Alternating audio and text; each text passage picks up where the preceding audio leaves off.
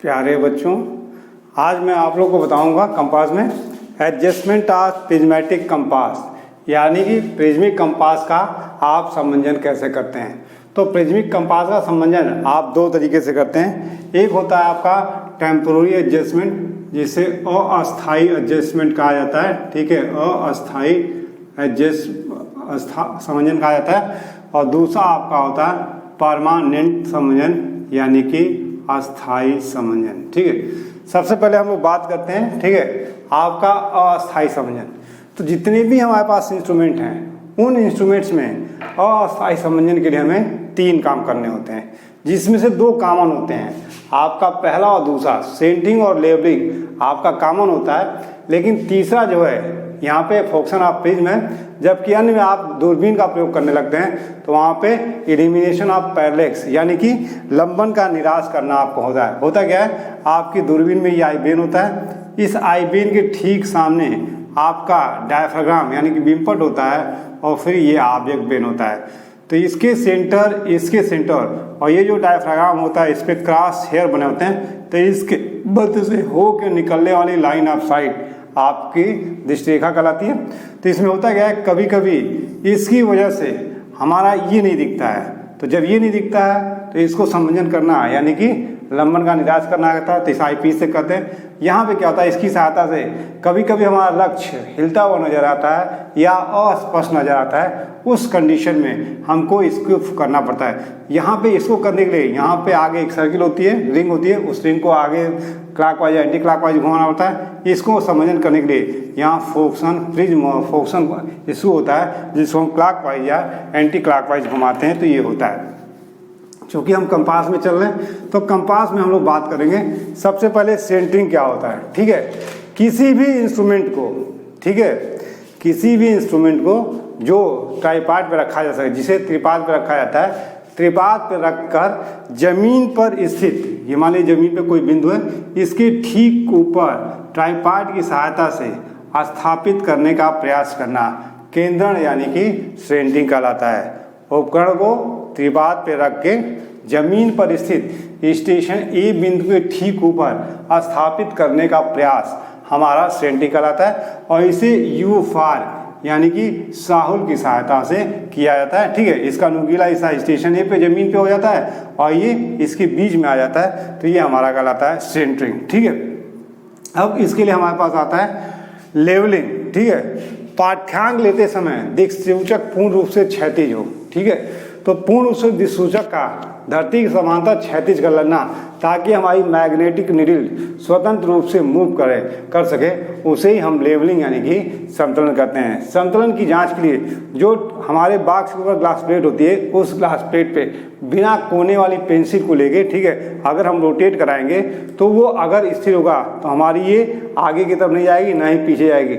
जिस साइड में वो ढालूदार होगा उस साइड में ये ढालू जाना शुरू कर देंगे। ठीक है, इसके लिए हमारे पास 2 चीज़ दी गई हैं। एक तो बबल ट्यूब इसके ऊपर रख के कर सकते हैं। ठीक है, वो पेंसिल वाली बात, जब बबल ट्यूब ना हो तब हम करते हैं। अगर बबल ट्यूब है तो बबल ट्यूब को ग्लास प्लेट के ऊपर रख के हम देख लेते हैं। बबल ट्यूब अगर मध्य में है तो हमारी जो कंपास है वो पूर्ण रूप से क्षैतिज है। या हमारे जो ट्राइपॉड होता है उसमें बॉल एंड सॉकेट की व्यवस्था होती है, उस बॉल एंड सॉकेट की व्यवस्था से हम समतुलन करते हैं।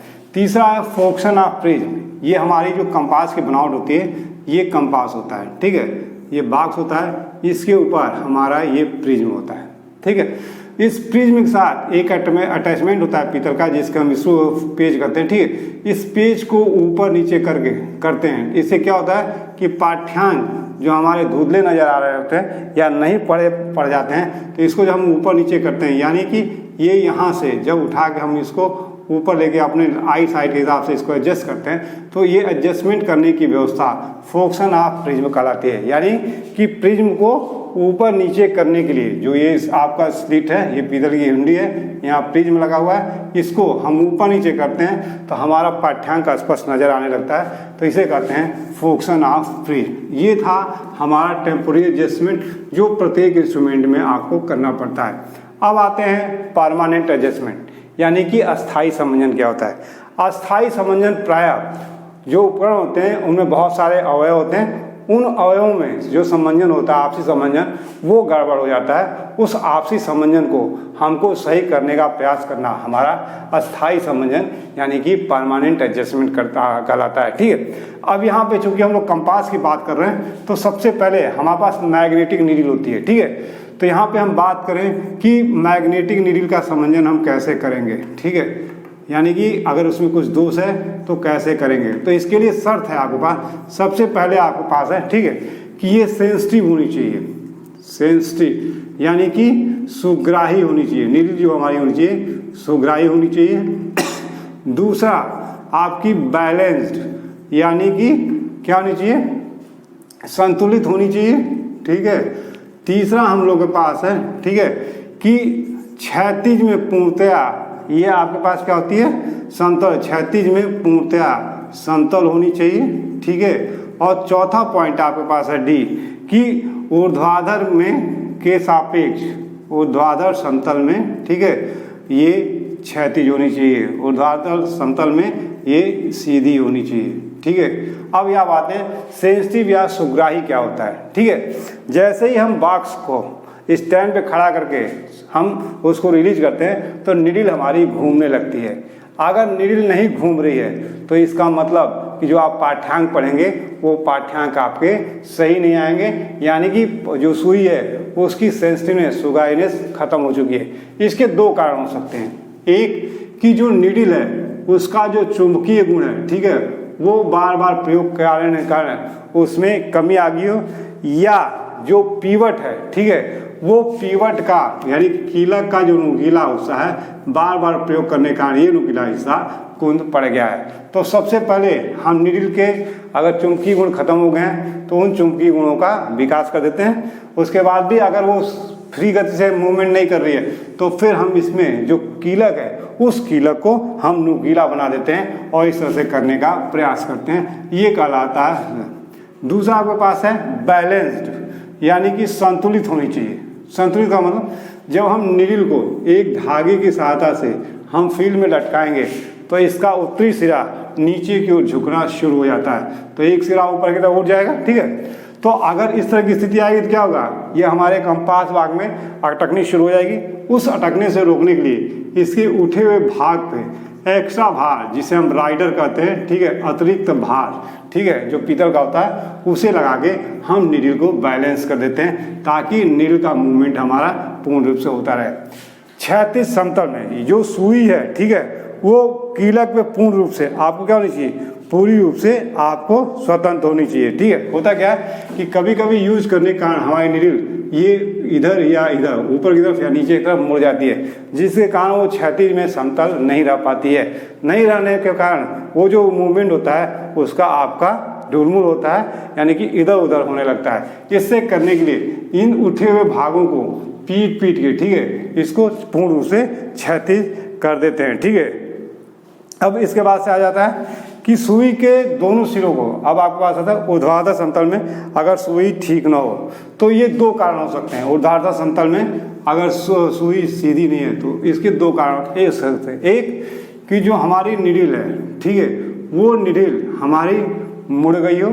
ठीक है, दूसरा कीलक जो हमारा है, ठीक है, ये कीलक अपनी जगह से डिस्प्लेस हो गया हो। ठीक है, ये दो कारण हो सकते हैं, एक कि कीलक अपना मेन जगह सेंटर पे था, इससे अपनी जगह को मूव कर गया हो तो हो सकता है, या कीलक मूव किया हो और चुंबकीय सुई भी हमारी आपकी ऊपर की तरफ या नीचे तरफ झुकी हुई हो। तो ये, तो इसके लिए क्या करते हैं, कीलक को अपनी ओरिजिनल पोजीशन में लाते हैं और सुई का सिरा जो ऊपर की तरफ उठ गया है या नीचे की तरफ झुक गया है उसको हम सही करते हैं। इसलिए करते क्या है, ठीक है, हम दिक्सूचक पे पहले सुई को एनएस के समांतर रखते हैं, ठीक है, पढ़ते हैं। अब दिक्सूचक को एनएस का पाठ्यांक पढ़ने के बाद एन वाला सिरा जो होता है, ठीक है, ये आपका एन है, ये यस है पाठ्यांक। अब इस एन वाले सिरे को यस सिरे पे लाते हैं और सिरे को एन सिरे पे लाते हैं। ठीक है, अब फिर इस पाठ्यांक को पढ़ लेते हैं। अगर सुई ठीक है तो पाठ्यांक सेम आएगा, अगर नहीं है तो इसका मतलब सुई अभी भी सही नहीं हुई है। तो फिर हम वापस सुई को उसको पूर्ण रूप से क्षैतिज करते हैं, कीलक को अपनी जगह पे ले जाते हैं और इस तरह से इसको करने का प्रयास करते हैं। ये था हमारा एडजस्टमेंट ऑफ मैग्नेटिक नीडल। दूसरा आपके पास है एडजस्टमेंट ऑफ ऑब्जेक्टिव बेन, यानी कि ये जो आई बेन है, ठीक है, आई एंड ऑब्जेक्टिव बेन, ये दूसरा पॉइंट परमानेंट एडजस्टमेंट। ये कैसे करेंगे? तो सबसे पहले क्या करेंगे, दीवार पे, ठीक है, एक साउल को लटका देंगे एक धागे की सहायता से। इसके ठीक सामने हम अपने कंपास बॉक्स को खड़ा करेंगे और खड़ा करने के बाद इसके आई बेन को खड़ा कर देंगे, ठीक है। इसकी पतली स्लिट से, झिर्री से हम आई से इस धागे को देखेंगे। उसके बाद क्या करेंगे कि ऑब्जेक्ट बेन को खड़ा कर देंगे और ऑब्जेक्ट बेन में लगे, यहाँ चौड़ी स्लिट होगी, ठीक है, ये आई पीस में क्या होगा, पतली स्लिट होगी, और ऑब्जेक्ट बेन में आपकी चौड़ी स्लिट होगी जिसमें आपका एक धागा पड़ा होगा। इस स्लिट से इस धागे को देखते हुए अगर ये दिखाई दे रहा है तो इसका मतलब कि हमारी आई बेन और ऑब्जेक्ट बेन ठीक एक दूसरे के ठीक सामने हैं। अगर नहीं आ रहा है तो दो कारण हो सकते हैं, ये बार बार हम इसको जब आई बेन और ऑब्जेक्ट बेन को ऊपर नीचे, चूंकि एक कब्जे द्वारा जुड़े होते हैं, द्वारा बार बार उठाने के कारण इसके नीचे वाले हिस्से में घिसाव हो जाता है, ठीक है। तो उस घिसाव को दूर करने के लिए एक्स्ट्रा मटेरियल रख देते हैं और मटेरियल रख के उसकी फाइलिंग कर देते हैं, ताकि ये तब तक करते रहते हैं जब तक कि ठीक एक दूसरे के सामने आपके ना आ जाए। तो ये हम करते हैं आई बेन और ऑब्जेक्ट बेन का संतुलन। अब इसके बाद आता है आपका एडजस्टमेंट ऑफ पिवट, यानी कि जो कीलक है, ठीक है, इस कीलक को एडजस्टमेंट आपको करना है, ठीक है। अब इसे आप दो तरीके से कर सकते हैं। पहला, जो आपका यन दिशा है, ठीक, इस यन दिशा पे आप 0 पार्ट ठांग लाइए और जाके देखिए यस सिरे पे, ठीक है, वहाँ यस सिरे पे आपकी सुई 180 आपको बतानी चाहिए, ठीक है। अगर यस सिरे पे 180 नहीं आ रहा है तो जो कीलक है, इसको कीलक को ऊपर की साइड में, ठीक है, हम इसको नुकीला बनाना शुरू कर देते हैं। फिर अब यह सिरे को 90 डिग्री पे लाते हैं, तो यह सिरा हमारा 270 डिग्री पे होना चाहिए। अगर ये नहीं हो रहा है तो फिर कीलक को हम ऊपर की तरफ मोड़ देते हैं, यानी कि कीलक हो सकता है कि आपका ऐसे कुछ हो गया हो, ठीक है, तो ये आप इसको सीधा करने का प्रयास कीजिए। और ये तब तक प्रक्रिया करेंगे, नॉर्थ पे 0 तो साउथ पे 180, ठीक है, नॉर्थ पे 90 तो साउथ पे 270, ये तब तक करते रहेंगे जब तक कि दोनों कंडीशनों में हमारा ये एक दूसरे के सामने ना आ जाए। और इस दौरान आप कीलक को क्या करेंगे, ऊपर की तरफ आप मोड़ते चले जाएंगे, यानी ये कीलक है, इस कीलक को ऊपर की तरफ आप मोड़ते चले जाएंगे। अब आपके पास अगला पॉइंट है uses of prismatic compass. Uses of prismatic compass, ठीक है, यानी कि प्रिज्मेटिक कंपास का उपयोग आप कहाँ कहाँ कर सकते हैं या कहाँ कहाँ करने का प्रयास किया जाता है, ठीक है। जब रेखाओं के दिक्मान, यानी कि रेखाओं के बेरिंग ज्ञात करने होते हैं, उस कंडीशन में चुंबकीय दिक्मान यानी कि मैग्नेटिक बेरिंग। दूसरा, मैग्नेटिक बेरिंग की सहायता से, यानी कि रेखाओं के दिक्मान की सहायता से इंटरनल एंगल, यानी कि अंतर्गत कोण ज्ञात करना हो, तब हम प्राप्त करते हैं, अंतर्गत प्राप्त कर लेते हैं। तीसरा, ठीक है, नक्शा बनाने में जब हमको मैप बनाना हो तब यूज कर सकते हैं। चौथा हमारे पास हो सकता है, ठीक है, जो नॉर्थ डायरेक्शन होता है उस क्षेत्र का, उस नॉर्थ डायरेक्शन को प्रदर्शित करने के लिए, यानी कि इंडिकेट करने के लिए अपने ड्राइंग पे, ठीक है, या उस क्षेत्र को। और पांचवा होता है, ठीक है, कि ट्रेवर्स, यानी कि जो माला रेखा होती है उस माला रेखा के अंतर्गत कोणों की गणना करने के लिए, यानी कि इंक्लूडेड एंगल की गणना करने की, को अंतर्गत कोणों की गणना करने के लिए ये 5 काम हम कर सकते हैं। यानी कि चुंबकीय दिक्मान निकाल सकते हैं, ठीक है, चुंबकीय दिक्मान की सहायता से अंतर्गत कोण निकाल सकते हैं, रेखा उसकी सहायता से नक्शा बना सकते हैं, उत्तर दिशा ज्ञात कर सकते हैं और माला रेखा के कोणों की गणना कर सकते हैं। अब इसके बाद आता है पहला, रेखाओं के चुंबकीय दिक्मान ज्ञात करना। रेखाओं के चुंबकीय यानी कि मैग्नेटिक बेयरिंग ज्ञात करना, चुंबकीय दिक्मान, ठीक है, ज्ञात करना, यानी कि मैग्नेटिक बेयरिंग ज्ञात करना। कैसे करेंगे हम किसी रेखा के चुंबकीय दिक्मान को, ठीक है। तो आपको जैसा मालूम है, सबसे पहले आपको जानना होगा कि ए लाइन यानी कि रेखा क्या होती है। ठीक है, जब दो बिंदुओं ए बी या दो स्टेशनों को मिलाने का प्रयास करते हैं तो उससे जो चीज़ बनती है उसे ही हम लाइन यानी कि रेखा कहते हैं। दूसरा, आपको बियरिंग यानी कि दिक्मान क्या होता है। मैंने पहले कहा था मेरिडियन की बात की थी मैंने, यानी कि यामोत्तर क्या होता है, वह दिशा। ठीक है, यह दिशा आपकी सत्य हो सकती है, चुंबकीय हो सकती है या स्वैच्छिक हो सकती है, और ये प्राय यन के रूप में इसको दिखाने का प्रयास करते हैं। तो इस दिशा के सापेक्ष किसी रेखा का लिया गया झुकाव आपका दिक्मान यानी कि बियरिंग कहलाता है। क्लियर हो गया। रेखा क्या है, दो बिंदुओं या दो स्टेशनों से बनने वाले को हम रेखा कहते हैं। और बियरिंग क्या होता है, यामोत्तर के संदर्भ में किसी रेखा का झुकाव आपका बियरिंग कहलाता है। अब ये बियरिंग जो होती है ये हमारी दो प्रकार की होती है, 2 टाइप्स की आपके पास बियरिंग्स होती है। ठीक है, एक होती है आपके पास फॉर बियरिंग, ठीक है, यानी कि अग्र दिक्मान, और दूसरा आपके पास होता है पश्च दिक्मान यानी कि बैक बियरिंग, पश्च दिक्मान। ठीक है, ये आपके पास होता है। यह भी कहा था, ये आपके पास फॉर बियरिंग होता है। ठीक है, और ये आपके पास बैक बियरिंग आपके पास होता है। ठीक है, अब ये कैसे जानेंगे कि फॉर बियरिंग क्या है। सबसे पहले हम डिफाइन करें फॉर बियरिंग। ठीक है, ये क्या होता है, अग्र दिक्मान आपके सामने क्या होता है। किसी रेखा AB का, ठीक है, किसी रेखा AB का के प्रारंभिक बिंदु से यामोत्तर के संदर्भ में आगे की तरफ लिया गया दिक्मान आपका फॉर बियरिंग कहलाता है। क्लियर हो गया। किसी रेखा का प्रारंभ से आगे की तरफ यामोत्तर के संदर्भ में लिया गया दिक्मान आपका फॉर बियरिंग होता है। अगर ये n है तो फॉर बियरिंग बराबर आपके पास हो जाएगा NAB बराबर आपको θ1 या आपका α1। अब दूसरा क्या होता है आपके पास बैक बियरिंग। ठीक है, यानी कि पश्च दिक्मान क्या होता है, आपके पास पश्च दिक्मान आपका क्या होता है।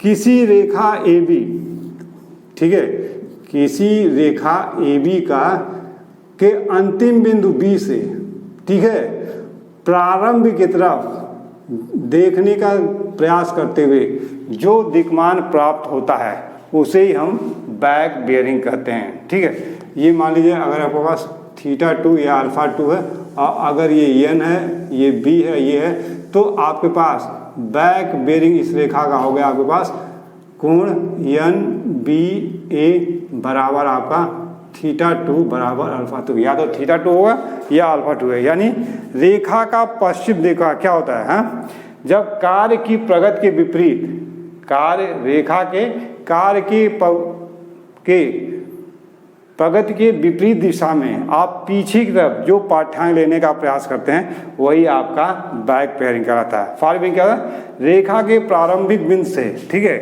रेखा के आगे वाले बिंदु की तरफ लिया गया पाठ्यांक आपका फॉर बियरिंग कहलाता है। लेकिन उसी रेखा के अंतिम बिंदु से, ठीक है, ये प्रारंभ कार्य की दिशा थे, इसके विपरीत दिशा में जाते हुए जब प्रारंभिक बिंदु को देख के जो पाठ्यांक हम पढ़ते हैं उसे ही हम बैक बियरिंग यानी कि पश्च दिक्मान कहते हैं। अब यहाँ पे दो सिस्टम में आप काम करते हैं, ठीक है, तो दो सिस्टम में काम करने के लिए आपको सबसे पहले संबंध जानना होगा। तो सबसे पहले हम चलते हैं WCB यानी कि होल सर्किल बियरिंग सिस्टम में चलते हैं। ठीक है, यानी कि इस प्रणाली में कैसे हम लेते हैं, तो इस प्रणाली में हमारे पास फार्मूला आ जाता है बैक बियरिंग बराबर फॉर बियरिंग प्लस माइनस 180। ठीक है, यानी कि पश्च दिक्मान बराबर किसी रेखा का पश्च दिक्मान बराबर अग्र दिक्मान, ठीक है, प्लस माइनस आपका 180। प्लस साइन तब यूज करते हैं जब अग्र दिक्मान का मान अग्र दिक्मान का मान 180 डिग्री से कम होता है। ठीक है, जब 180 डिग्री से कम होता है तो प्लस साइन यूज करते हैं, निगेटिव साइन। जब अग्र दिक्मान का मान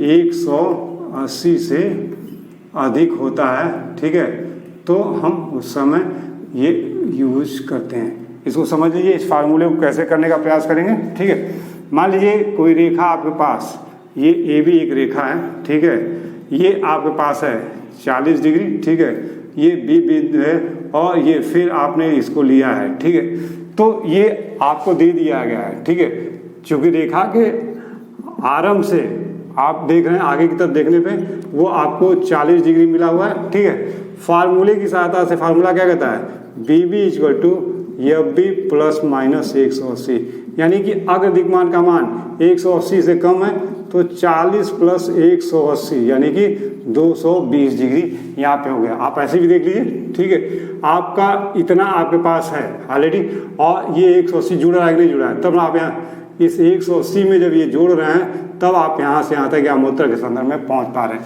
इसका रिवर्स एक देखिए जरा। ठीक है, मान लीजिए आपके पास कोई पाठ्यांक आपके पास है, ठीक है, ये कोई रेखा ए बी है आपके पास, ठीक है, ए बी आपके पास रेखा है।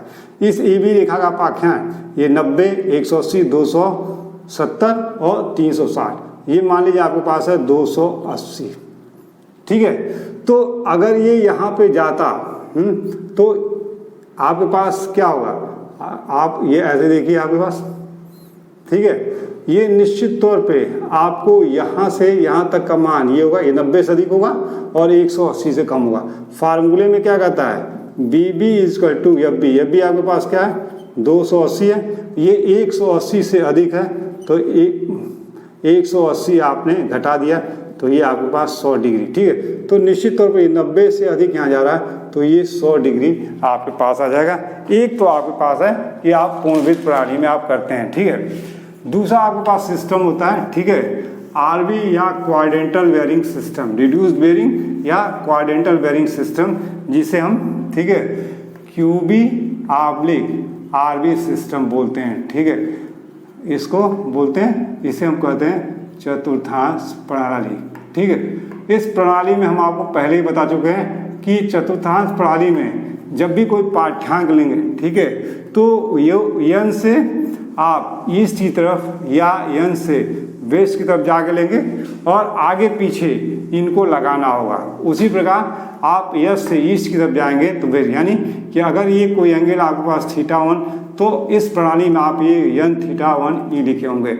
अगर ये आपके पास θ4 है तो यहाँ पे आपने लिखा होगा यन θ4 आपका वेस्ट। लेकिन अगर साउथ से अगर आपने ईस्ट की तरफ लिया होगा तो साउथ θ2 ईस्ट लिखे होंगे, और अगर आपने ये लिया होगा, ठीक है, तो यहाँ पे आप साउथ θ3 आप वेस्ट लिखे होंगे। यहाँ पे क्या होगा, यहाँ पे एंगल सेम रह जाएंगे। ठीक है, सिर्फ आपके जो ये आगे पीछे पहरेदार लगे हुए हैं या दिग निर्देश बिंदु लगे हुए हैं या निर्देश बिंदु लगे हुए हैं, ये दिग निर्देश बिंदु या निर्देश बिंदु आपस में चेंज हो जाएंगे। जैसे मान लीजिए अगर θ1 का मान आपको 40 डिग्री है और वो आपके पास है यन 40 डिग्री ईस्ट, तो अगर आप इसको लाएंगे इसमें तो ये क्या हो जाएगा, यस और वेस्ट के साथ होगा तो यस 40 डिग्री आपका वेस्ट हो जाएगा। ठीक है, अगर मान लीजिए ये आपका 30 डिग्री होता, यन 30 डिग्री आपका वेस्ट है, तो ये किस में आएगा, दूसरे क्वाड्रेंट में आएगा, तो ये क्या हो जाएगा, यस 30 डिग्री ईस्ट हो जाएगा। इस तरह से आप इसको कर लेंगे। अब कुछ प्रॉब्लम्स मैं इस पर आपको सॉल्व करा दे रहा हूँ। ठीक है, जैसे कि अगर आपको रेखाओं के अगर मान दिए गए हैं तो मैंने कह दिया आपको वो 40 डिग्री दिया हुआ है, ठीक है, आपको 120 डिग्री दिया गया है, आपको 190 डिग्री दिया गया है और आपको चौथा आपको दे दिया गया 280 डिग्री है। चूंकि इसके आगे पीछे आपको निर्देश बिंदु नहीं लगाया है तो पहली चीज तो आप कंफर्म हो गए कि ये किस में है, WCB सिस्टम में है, यानी कि होल सर्किल बेरिंग सिस्टम में, यानी किसी सभी पाठ्यांक n से आपको नापे गए हैं, ठीक है, और विभिन्न विभिन्न कोऑर्डिनेट में आपको मापे गए हैं। तो यहाँ पे आपके पास सीधे सीधे फार्मूला है, ठीक है। यहाँ पे फार्मूला क्या है, अगर हम इस 1 के लिए चलें तो BB रेखा का बैक बेयरिंग बराबर फॉर बेयरिंग प्लस माइनस 180। तो यहाँ पे 40 डिग्री प्लस माइनस 180, 40 से 180 से कम अधिक कम है तो ये आपके पास 220 डिग्री। दूसरा आपका BB बराबर 120, 180 से कम है तो आपके पास ये जुड़ जाएगा, तो ये हो जाएगा 300। तीसरा आपके पास BB इक्वल टू 190, 180 से अधिक है तो माइनस साइन यूज करेंगे, 10 डिग्री हो जाएगा। चौथा आपका BB बराबर 280, ये भी 180 से अधिक है, ठीक है, तो यहाँ पे ये 100 डिग्री। इसको फिगर से भी आप समझ लीजिए, ये आपके पास मान लीजिए n है, कोई रेखा आपके पास AB है, ये आपके पास 40 डिग्री दिया है। तो अगर आप यहाँ जाएंगे, ठीक है, तो यहाँ से यहाँ तक चल के आएंगे तो 20 डिग्री होगा, ठीक है, आपका बैक बेयरिंग। और यहाँ से यहाँ तक क्या है, ये ऑलरेडी 40 है और ये 180 हो रहा है तो 180 जुड़ जा रहा है, तो ये बैक बेयरिंग मिल जा रही है। इसी प्रकार आप दूसरे कोऑर्डिनेट में आइए, मान लीजिए ये n है, ये आपने लिया है 120 डिग्री, ठीक है, तो यहाँ से यहाँ तक आए होंगे तो ये 120 डिग्री मिला होगा, ये आपके पास B होगा, ठीक है। अब बैक बेयरिंग आपको n के सापेक्ष लेना है तो यहाँ से यहाँ तक आप चले होंगे, ठीक है, तो ये आपको मिला होगा। तो अगर आप इसको बढ़ा दें तो 120 है, 120 ये आपके पास आ गया, ठीक है, और 180 ये है, तो जुड़ गया आपस में 180 से कम होने के कारण, ठीक है। अगर हम तीसरे क्वेश्चन के लिए चलें, ठीक है, तो तीसरा क्वेश्चन क्या है, आपका 180 से अधिक है, यानी कि ये कोई आपका है, ठीक है, और आपको इसका बैक बेयरिंग जानना है, ठीक है। तो बैक बेयरिंग आपका इतना ही होगा, क्लियर। तो अगर यहाँ से यहाँ तक, ठीक है, ध्यान दीजिएगा, ये जो चल रहा है ये क्या है, 190 हो जा रहा है, और 190 में से अगर 180 इतना घटा दें, हाँ, तो हमको यही चाहिए जो यहाँ पे है, तो ये हमारा 110 डिग्री, आपको 10 डिग्री आपके सामने आ जाएगा। अब इसी प्रकार से अगर हम RB सिस्टम को कैसे जानेंगे कि RB सिस्टम में हमारा कैसे हो रहा है, तो RB सिस्टम में मान लीजिए आपको दिया होगा n 40 डिग्री ईस्ट, ठीक है, साउथ 40 डिग्री वेस्ट, आपको साउथ 50 डिग्री ईस्ट, ठीक है, नॉर्थ 40 डिग्री आपको वेस्ट, ठीक है। हमने कहा कि पहला आपको दिया नॉर्थ और ईस्ट में, ये आपको 40 डिग्री दिया हुआ है, ये नॉर्थ है, ये साउथ है, ईस्ट है, वेस्ट है। अब चूंकि आगे पीछे निर्देश बिंदु लगे हुए हैं तो निश्चित तौर पे ये किस सिस्टम में है, ये RB या QB सिस्टम में दिया गया है, ठीक है। तो इसका सिद्धांत क्या है कि हम उसके ठीक सामने वाले हम क्वाड्रेंट में जाएं, ठीक है, तो इस क्वाड्रेंट में जाएंगे तो ये क्या मान हो जाएगा, यस और वेस्ट हो जाएगा और एंगल हमारा सेम रह जाएगा, ये है SW, ठीक है। अब यहाँ पे ये SW आपको 40 दिया हुआ है तो ये किस में जाएगा, नॉर्थ ईस्ट में जाएगा, तो यहाँ पे आपको नॉर्थ 40 डिग्री आपने ईस्ट कर दिया, ठीक है। अब यहाँ पे देखिए साउथ ईस्ट आपको दिया हुआ है, यानी कि ये आपको दिया हुआ है, ठीक है, तो आप जाएंगे नॉर्थ वेस्ट में, तो नॉर्थ 40 डिग्री वेस्ट हो जाएगा। अब आपके पास, ठीक है, साउथ ईस्ट का ये 50 डिग्री हो गया, ठीक है। अब अगर आप नॉर्थ यहाँ पे ये ऑलरेडी आपको नॉर्थ वेस्ट चावल दिया है, तो नॉर्थ वेस्ट किस में जाएगा, साउथ ईस्ट में जाएगा, तो साउथ 40 डिग्री ईस्ट। इस तरीके से आप रेखाओं के बैक बेयरिंग निकाल लेंगे, ठीक है, दोनों सिस्टम में। इसमें आपके बहुत सारे प्रॉब्लम्स हैं, ठीक है, जिन प्रॉब्लम्स को आपको दिया जाएगा, करने के लिए दे दिया जाएगा। फिर आपके पास है दूसरा पार्ट, पहला आपने रेखाओं के दिक्मान प्राप्त किया, अब दिक्मानों की सहायता से, दिक्मानों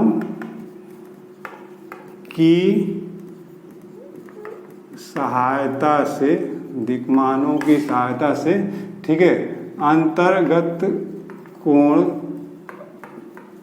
आपको ज्ञात करना है, अंतर्गत कोण आपको ज्ञात करना है, ठीक है। जब भी रेखाएं, दो रेखाएं एक बिंदु पे मिलती हैं, मान लीजिए कॉमन बिंदु है, ठीक है, तो जब दो रेखाएं मान लीजिए एक बिंदु पे मिलती हैं, मान लीजिए एन के सापेक्ष आपने एक एंगल लिया, एक एंगल आपने लिया, तो ओ ए बी जब दो रेखाएं एक बिंदु पे मिलती हैं तो उनके बीच बनने वाले को अंतर्गत कोण करते हैं, यानी कि दो कोण बनते हैं। एक जो बाह्य की तरफ जो अधिक होता है 180 से अधिक, वो आपका बाह्य कोण होता है, और जो अंदर की तरफ बनता है और 180 से कम होता है तो आपका 180 का होता है। ठीक है, तो ये आपको क्लियर हो गया कि आपको बाह्य कोण आता है, चूंकि एक बिंदु पे 360 का कोण बनता है। ठीक है, दिक्सूचक क्या करता है, रेखाओं के बीच, ठीक है, झुकाव को ज्ञात करता है। ठीक है, ये कोण को नहीं ज्ञात करता है, ये दो रेखाओं के बीच बनने वाले झुकाव को ज्ञात करता है, और किसके संदर्भ में, यामोत्तर के संदर्भ में। ठीक है,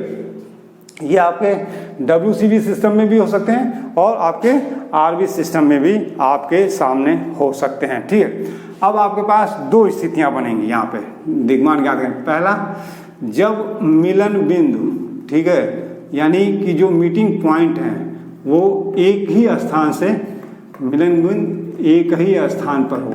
ठीक है, एक कंडीशन होगी, एक ही स्थान पर हो। दूसरा, ठीक है, जब मिलन बिंदु एक स्थान न हो, मिलन बिंदु एक न हो। ठीक है, तो सबसे पहले हम बात करते हैं जब मिलन बिंदु एक ही स्थान पे हो। ठीक है, तो हमारा सबसे पहले सिस्टम आएगा आपका WCB सिस्टम, यानी कि होल सर्किल बेरिंग सिस्टम में, पूर्णवृत्त प्रणाली में हम इसको कैसे जानने का प्रयास करेंगे। तो यहाँ पे कुछ रूल्स लागू किए जाते हैं। रूल्स नंबर 1, ठीक है, ये मान लीजिए यामोत्तर है, या एक मिलन बिंदु आपके पास कॉमन पॉइंट O है और OA और OB आपकी दो रेखाएं हैं। ठीक है, यामोत्तर के संदर्भ में ये मान लीजिए आपके पास 45 डिग्री है, और यामोत्तर के संदर्भ में मान लीजिए ये है आपके पास 150 डिग्री। तो रूल्स नंबर 1 कहता है कि बड़े ऐसे भी टेक्निकली हम अगर 150 में से 45 घटा देते तो मिल जाएगा। तो रूल्स कहता है कि बड़े दिक्मान में से छोटे दिक्मान को घटाएं, बड़े दिक्मान में से छोटे दिक्मान को घटाएं। ठीक है, बड़े दिक्मान में से छोटे दिक्मान को घटाएं। ठीक है, अगर ये 180 से कम आता है तो आपका अंतर्गत कोण हो गया। अगर ये 180 से अधिक आ गया, ठीक है, 180 से अधिक, कम है तो मिल गया। अगर 180 से अधिक हो जा रहा है तो रूल नंबर 2 पे जाते हैं। रूल नंबर 2 कहता है, ठीक है, कि 360 में से हम इसको 360 में से इसे घटा देंगे तो हमें अंतर्गत कोण प्राप्त हो जाएगा। रूल नंबर 3 आपके लिए कहता है, ठीक है, किसी भी माला रेखा के, बंद माला रेखा के अंतर्गत कोणों का योग 2n-4 इंटू 90। ठीक है, ये क्या है, इंटरनल एंगल्स हैं। ठीक है, योग होता है इंटरनल एंगल्स का, और एक्सटर्नल एंगल का, आपका एक्सटर्नल एंगल्स का योग होता है 2n+4 इंटू 90 डिग्री। ठीक है, ये n क्या है, 90 हैं बच्चों ने। ठीक है, या ज्योमेट्री से सॉल्व करते हैं कि त्रिभुज के तीनों अंतःकोणों का योग 180 होता है। तो अगर इस फार्मूले में जाएं तो 1, 2, 3, तो यहाँ पे क्या होगा, 2 × 3 - 4 × 90 डिग्री, तो ये आपके पास आ जाएगा 180। अगर हमारे पास 4 भुजाएं हैं, 1, 2, 3, 4, ठीक है, तो 2 × 4 - 4 × 90, तो ये आपके पास क्या हो जाएगा, 300, 2 × 4 = 8 में 4 गया, हाँ 360। अगर हमारे पास ये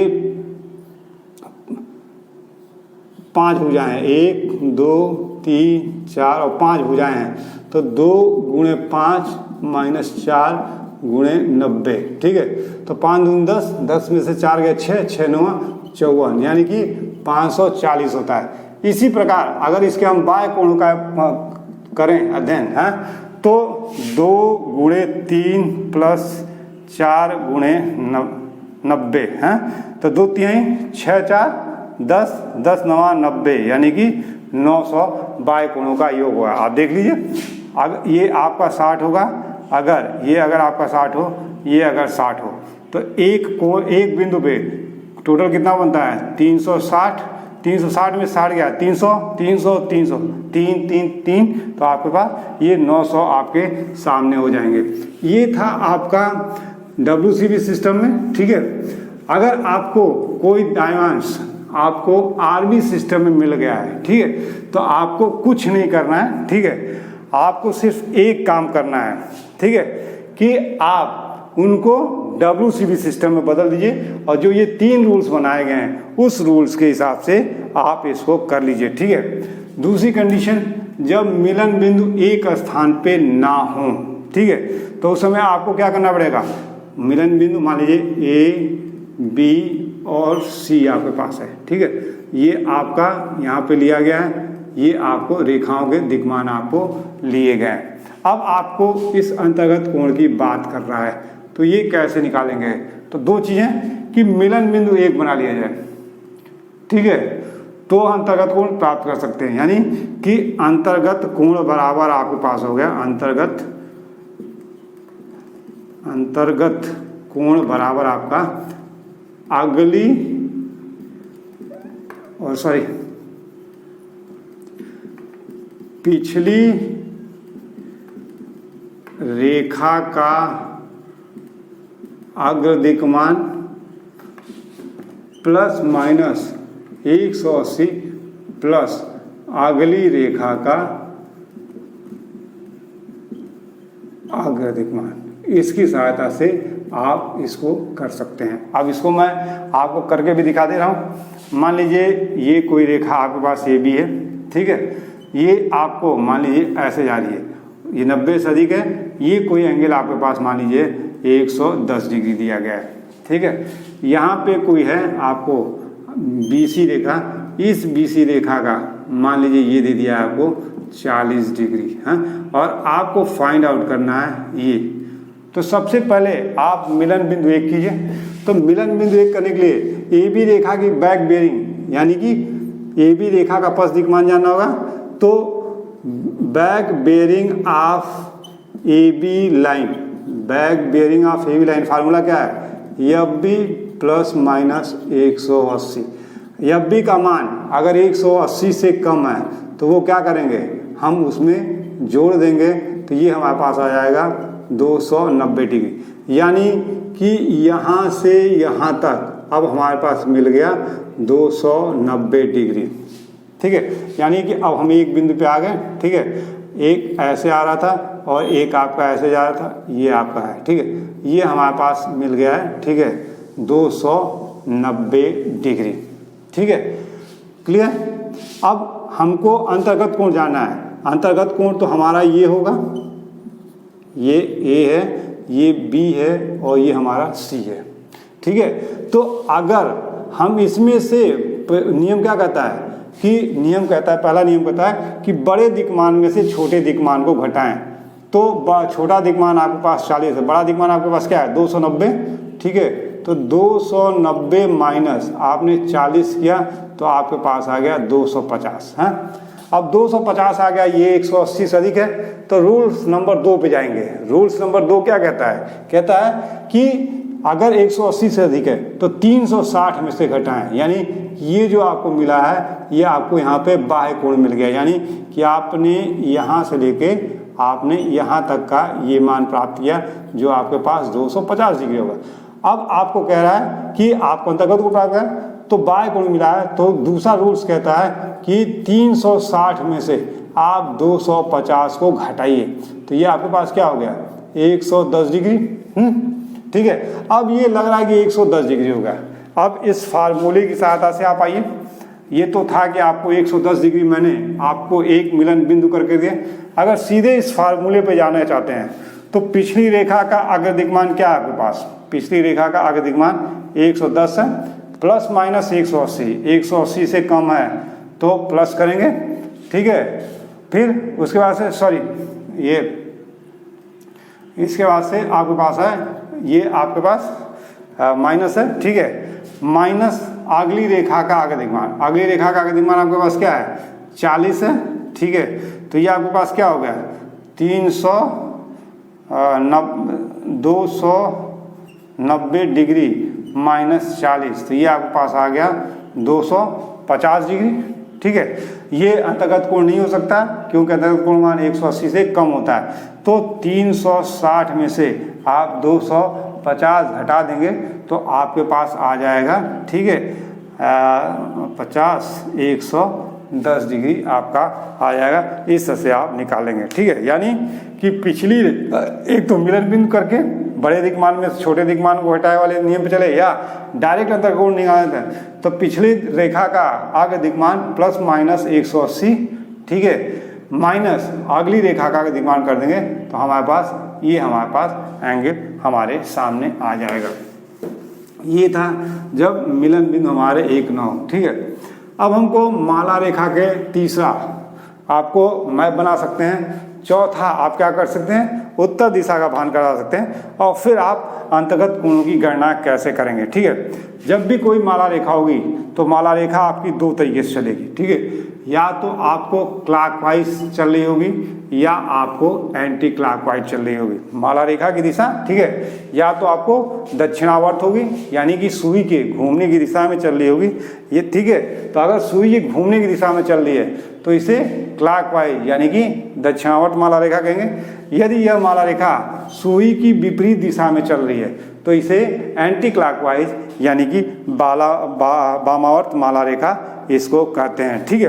अब इसको गणना करने के लिए आपको करना क्या होगा, सबसे पहले, ठीक है, कुछ चीज़ें आपको दिमाग में रखनी होंगी, ठीक है, कि जो भी आप सबसे पहले ये जानने का प्रयास करेंगे कि माला रेखा जो आपकी ट्रेवर्स है यानी कि जो माला रेखा है वो आपकी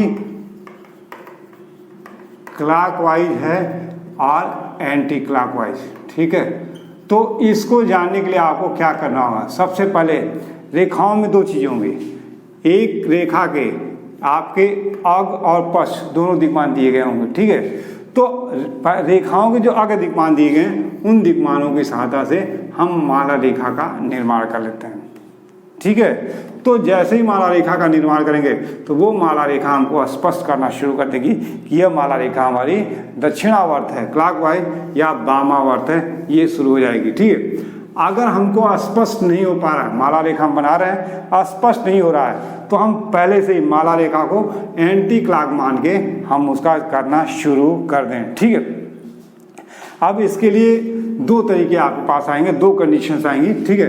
केस 1 आपके पास, ठीक है, when only for bearing of line given यानी कि रेखाओं के सिर्फ अग्र दिक्मान आपको दिए गए हैं, ठीक है। तो उस समय 2 कंडीशन बनेगी, ठीक है। एक आपके पास माला रेखा आपको क्लॉकवाइज हो सकती है, तो अगर क्लॉकवाइज डायरेक्शन में जा रहा है तो आपके पास अंतर्गत कोण बराबर b minus F plus minus 180। हाँ, यहाँ पे ये मैं आपको एक कोड दे रहा हूँ, इस कोड को दिमाग में रख लीजिए, ठीक है। एफ का मतलब आपका आगे से है, ठीक है। बी का मतलब पीछे से, यानी कि पिछली रेखा का अग्र दिक्मान माइनस अगली रेखा का अग्र दिक्मान प्लस माइनस 180 करेंगे तो आपको इंक्लूडेड एंगल मिल जाएगा। दूसरी कंडीशन, अगर आपकी माला रेखा एंटी क्लॉकवाइज है, ठीक है, तो उस कंडीशन में आपका ये हो जाएगा एफ ये ब्रैकेट में minus B F plus minus 180, यानी कि पिछली रेखा का अग्र दिक्मान माइनस अगली रेखा का अग्र दिक्मान प्लस माइनस 180। ये था जब रेखाओं के केवल फार बियरिंग दिए गए हों, ठीक है। केस 2 आपके सामने आएगा, ठीक है, when both far bearing and back bearing of a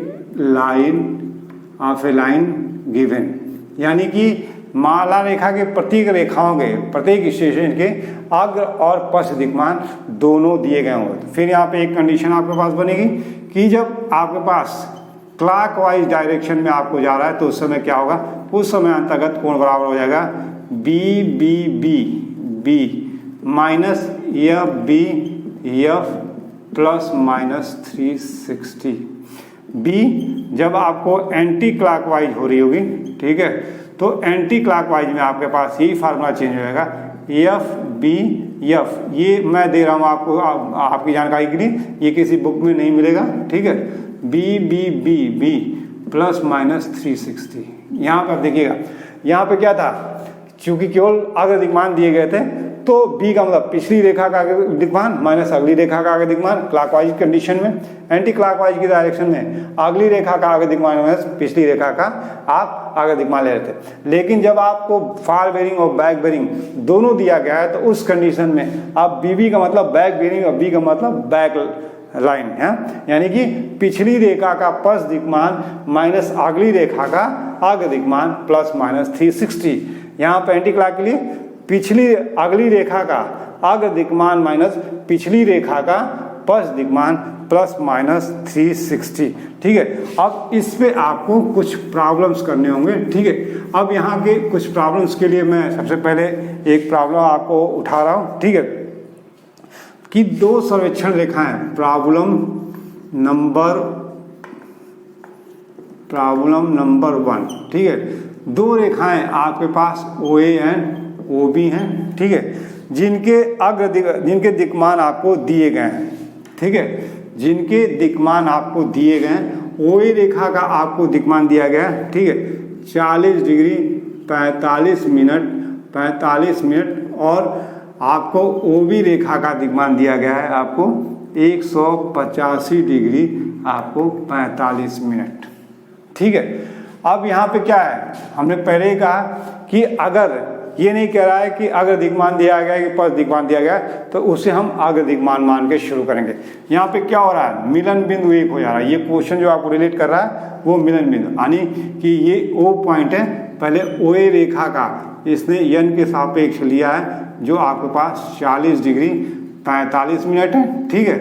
और दूसरा आपको OB जो रेखा है, आपको इस OB रेखा को का वो तीसरे क्वाड्रेंट में जा रहा है तो ये इसमें आएगा, ये आपके पास है 185 डिग्री आपके पास 45 मिनट, ठीक है। अब आपको अंतर्गत कोण यहाँ पे ज्ञात करना है। तो ये माला रेखा आपकी कैसे जा रही है, आपकी क्लॉकवाइज जा रही है, ठीक है। तो वो ऐसे भी अगर एक मिलन बिंदु है तो बड़े दिक्मान में से छोटे दिक्मान, रूल्स 1 कहता है कि बड़े दिक्मान में से छोटे दिक्मान को हम घटाएं। तो छोटा दिक्मान हमारे पास क्या है, 40 डिग्री 45 मिनट है, तो ये क्या हो जाएगा आपके पास 145 डिग्री, 40 से हाँ 145 डिग्री। अब 145 डिग्री क्या है, 180 से कम है, हाँ, तो लिहाजा ये हमारा अंतर्गत कोण आ गया आपके सामने। अगर मान लीजिए आपके पास दो रेखाएं OA और OB हैं, ठीक है, OA और OB आपके सामने दो रेखाएं हैं, ठीक है। इनका जो कोण दिया है OA का आपको दे दिया है मान लीजिए 30 डिग्री 30 मिनट और OB रेखा का दिक्मान आपको दे दिया है 340 डिग्री आपको 45 मिनट, ठीक है। तो ये आपका n हो गया, ये आपने चतुर्थांशों में बांट लिया, ये आपका OA यहाँ कॉमन हो रहा है तो ये आपके पास 30 डिग्री 30 मिनट हो जा रहा है, ठीक है। और OB जो रेखा है वो यहाँ से चल रही है और ये यहाँ तक आ रही है, ठीक है, ये आपके पास हो जा रही है 340 डिग्री 45 मिनट, ठीक है। तो निश्चित तौर पे आपका अंतर्गत कोण आपका ये होगा, ठीक है। रूल्स क्या कहता है, बड़े दिक्मान में से छोटे दिक्मान को घटाइए। तो बड़ा दिक्मान आपको क्या है 340 डिग्री 45 मिनट और छोटा दिक्मान आपके पास है 30 डिग्री 30 मिनट।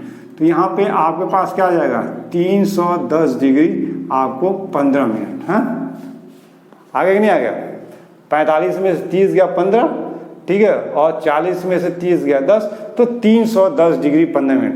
अब यहाँ पे ये बाह्य कोण आपको नहीं मिल रहा है, ये कौन सा कोण मिला आपको, बाह्य कोण मिल गया है, यहाँ से लेके आपको यहाँ तक का कोण आपके सामने मिल गया है और आपको चाहिए था ये कोण, ठीक है। तो रूल्स नंबर 1 पे जाते हैं, क्योंकि यह बाह्य कोण है, ठीक है। तो अब रूल्स नंबर 2 आपका क्या कहता है कि 360 में से हम इसको घटाएं, तो 360 में से 310 डिग्री 15 मिनट घटाएंगे तो ये हो जाएगा 45 मिनट, ये हो जाएगा 9, ये हो जाएगा 4 और ये हो जाएगा 0, यानी कि 49 डिग्री और 45 मिनट हमारा अंतर्गत कोण हमारे सामने आ जाएगा। ठीक है, इस तरीके से हम इसको करने का प्रयास करते हैं। अब इसी तरीके से मान लीजिए अगर आपको प्रॉब्लम 2 मैं बताऊं कि अगर रेखाओं को मैं आपको कुछ बता रहा हूं वो आप डिफाइन कीजिए क्या होगा। n 15 डिग्री आपके पास 20 मिनट ईस्ट है। ठीक है, ये आपके पास रेखा BC है। ठीक है, और एक दूसरी रेखा आपके पास BA है।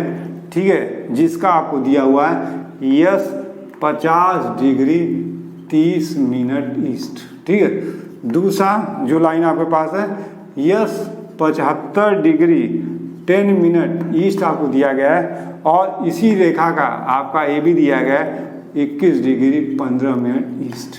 अब देखिए आपके पास ये 2 रेखाएं हैं। ठीक है, AB और BC, यानी कि क्या हो रहा है यहाँ पे आपके मिलन बिंदु, हाँ A आपके पास B हो जा रहा है कि नहीं हो रहा है। आप सबसे पहले आपको क्या करना होगा, आपको ये किस सिस्टम में दिया हुआ है, ये आपको RB या आपको QB सिस्टम में दिया हुआ है। तो चेंज करेंगे हम किस में इसको, सबसे पहले हम इसको WCB में चेंज करेंगे। ठीक है, तो BC रेखा को अगर हम चेंज कर रहे हैं तो ये हमारा BC रेखा में क्या है, नॉर्थ ये है, ईस्ट ये, यानी कि ये 15 डिग्री 20 मिनट आपके पास है। तो यहाँ पे WCB में क्या मान हो जाएगा, 15 डिग्री 20 मिनट ही रह जाएगा। BA रेखा का ये दिया साउथ ईस्ट, ये आप दिया 50 डिग्री आपको 30 मिनट। हाँ, WCB में चेंज करेंगे तो यहाँ तक आना पड़ेगा। तो इसका मतलब क्या होगा, 180 माइनस अगर ये 50-30 कर दें तो यहाँ पे 30 हो गया। ठीक है, ये 9 हो गया, 7 में से 5 गया, 2 हो गया, 129 डिग्री, यानी कि BC का दिक्मान आपके पास 15 डिग्री 20 मिनट और BA का दिक्मान आपके पास हो गया 129 डिग्री आपके पास 30 मिनट। ठीक है, अब चूंकि B कॉमन हो रहा है इसमें, तो यहाँ पे ये देखिए, ये आपने अगर फिगर से ट्रेस करने का प्रयास किया, ठीक है, तो ये B आपका कॉमन है, तो BA आपको दिया हुआ है। ठीक है, 129 डिग्री, ये आपके पास 129 डिग्री 30 मिनट दिया गया है BA, और BC आपको दिया गया है यहाँ से यहाँ तक आपको 15 डिग्री 20 मिनट। ठीक है, अंतर्गत कोण क्या होगा, यहाँ से यहाँ तक होगा।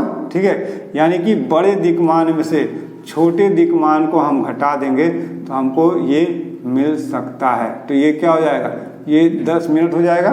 ठीक है, ये 14 4 और 1 यानी कि ये आपका 114 डिग्री आपके पास 10 मिनट आपके सामने आ जाएगा। ठीक है, तो इस तरीके से अब आप आइए दूसरे प्रॉब्लम पे। ठीक है, अब दूसरा प्रॉब्लम आपको कह रहा है यह 75 डिग्री ईस्ट है, यानी कि जो BC का है ये आपको ये दिया हुआ है। ठीक है, 75 डिग्री 10 मिनट। अब इसको जब आप WCB में RB में आपको दे दिया है यह 75 डिग्री 10 मिनट। ठीक है, WCB में अगर आप चेंज करेंगे इसको तो यहाँ से यहाँ तक आते थे 180 हो जाता, तो 180 प्लस 75 डिग्री 10 मिनट आप कर देंगे तो ये क्या हो जाएगा, 10 मिनट और 5 और 8 7 15 255 डिग्री 10 मिनट। ठीक है, ये आपके पास हो गया BC रेखा। ठीक है, BA रेखा आपके पास क्या है, ये आपके पास है साउथ और ईस्ट ही आपको ये भी दिया हुआ है। ठीक है, सॉरी ये साउथ और वेस्ट आपको दिया हुआ है। ठीक है, इसको सही कर लीजिएगा, ये साउथ और वेस्ट दिया हुआ है। तो साउथ और वेस्ट आपका क्या होगा, ये आपको ये होगा। ठीक है, सॉरी अरे ये गलत हो गया आपको, ये फिर मैं वापस आपको बता रहा हूँ। ठीक है, ये BC रेखा का आपको क्या दिया हुआ है, साउथ और ईस्ट दिया हुआ है, यानी कि ये आपको 75 डिग्री 10 मिनट दिया गया है।